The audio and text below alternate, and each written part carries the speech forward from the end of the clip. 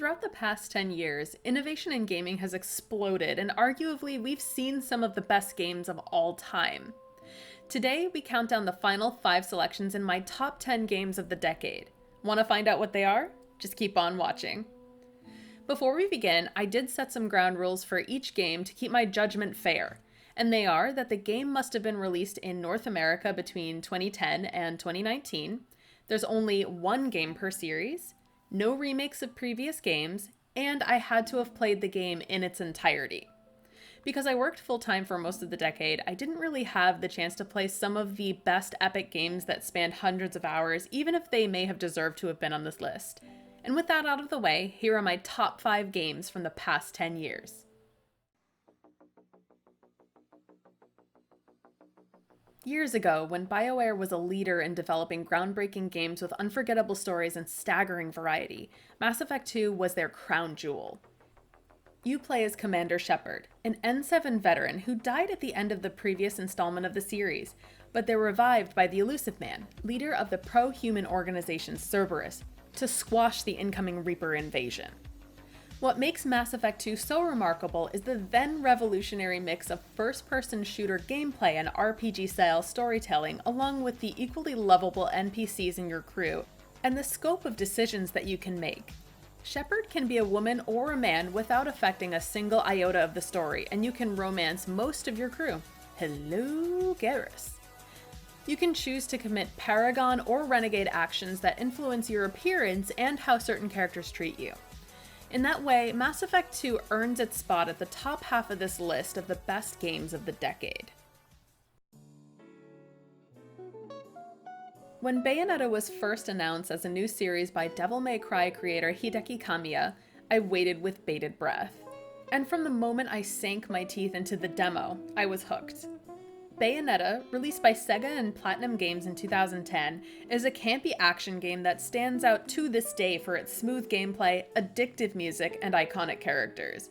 For some, its roughly 8-hour length could be a deterrent, but for me it was an encouragement to play over and over, increasing in tension and difficulty until I finally beat it on non-stop infinite climax mode.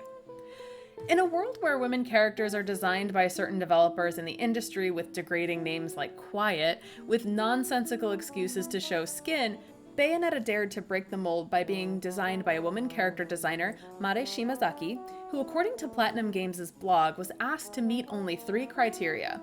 That she's a woman lead who uses 4 guns and is a modern witch. And what an iconic character she made.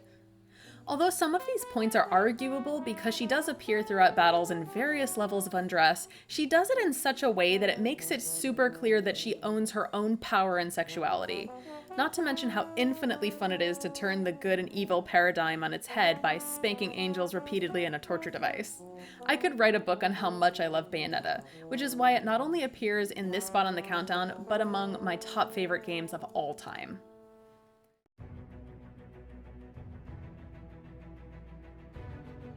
After years of anticipation following Bethesda Softworks' smash hits Morrowind and Oblivion, The Elder Scrolls V: Skyrim was released in November 2011.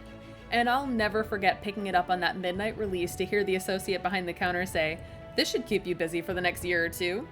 And those ended up being prophetic words, as I plunged myself into Skyrim almost exclusively between 2011 and 2013. Even during this decade where sprawling open-world games that spanned 100 hours or more were a deterrent to me, I made an easy exception for Skyrim.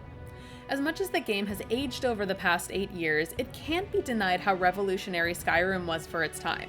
You play as Dovahkiin, the Dragonborn, who is tasked to defeat the resurgence of dragons throughout the land with their innate ability called Dragon Shouts. But what truly stands out about Skyrim is the world.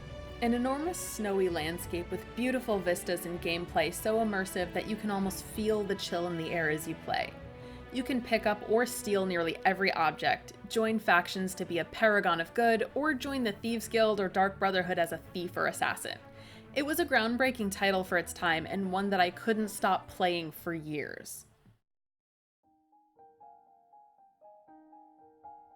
After over a decade of waiting for a new Zelda game with a realistic style, Nintendo released Legend of Zelda: Breath of the Wild in 2017.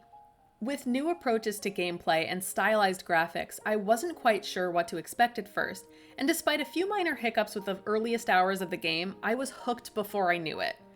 As with previous installments of the series, you play as Link, a Hylian adventurer who is sealed away in a 100-year sleep after losing a decisive battle against Ganon, along with all of his memories. He's awakened into an unfamiliar world, but through exploration and meeting friends both new and old, memories come flooding back, reminding you of your travels with Princess Zelda and the urgency of saving Hyrule. Breath of the Wild is one of the few games I played in my adulthood where I could pick up a controller at 9 a.m. and not put it down until 3 a.m. the next morning, and it felt like time stood still as I explored every nook and cranny in Hyrule. Never have I been so in love with a Zelda release since Ocarina of Time, which still stands as my favorite game of all time. With its interactive sound design, breathtaking views, unparalleled soundtrack, challenging difficulty, and intriguing storytelling, Legend of Zelda Breath of the Wild is a singularly unforgettable experience, and it very nearly became my game of the decade.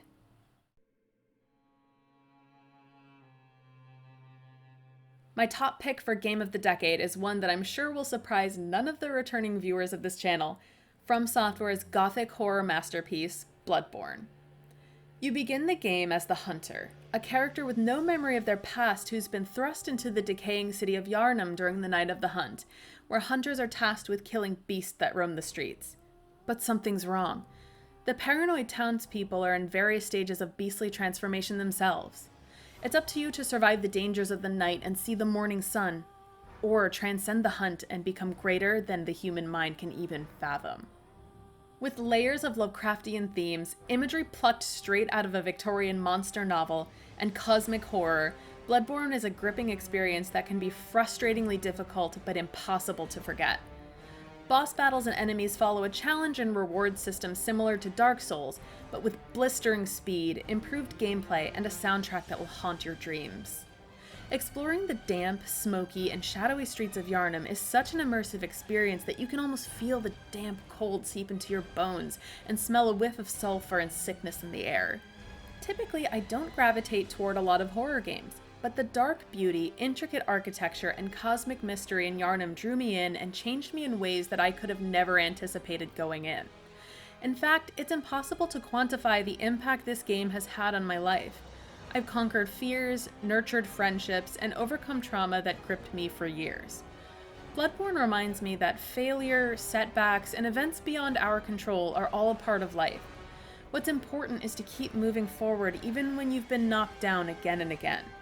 You only lose the moment you give up. The lore of the game is so dense and complex that even now, nearly 5 years after its release, I'm still deciphering it. Bloodborne has stood the test of time and exceeded expectations in every way, and that's why it's my #1 game of the decade. Thank you all so much for watching. If you enjoyed this countdown of the best games of the past 10 years, go ahead and like this video and subscribe to my channel for more gaming content. And if you'd like to support my channel further, feel free to check out my Patreon link below. It's been an exciting decade for video games with even more highly anticipated releases on the horizon. What are your favorite games of the past 10 years, and what are you looking forward to playing in 2020? Let me know in the comment section below. Thank you so much for watching, and I hope you all have a great new year.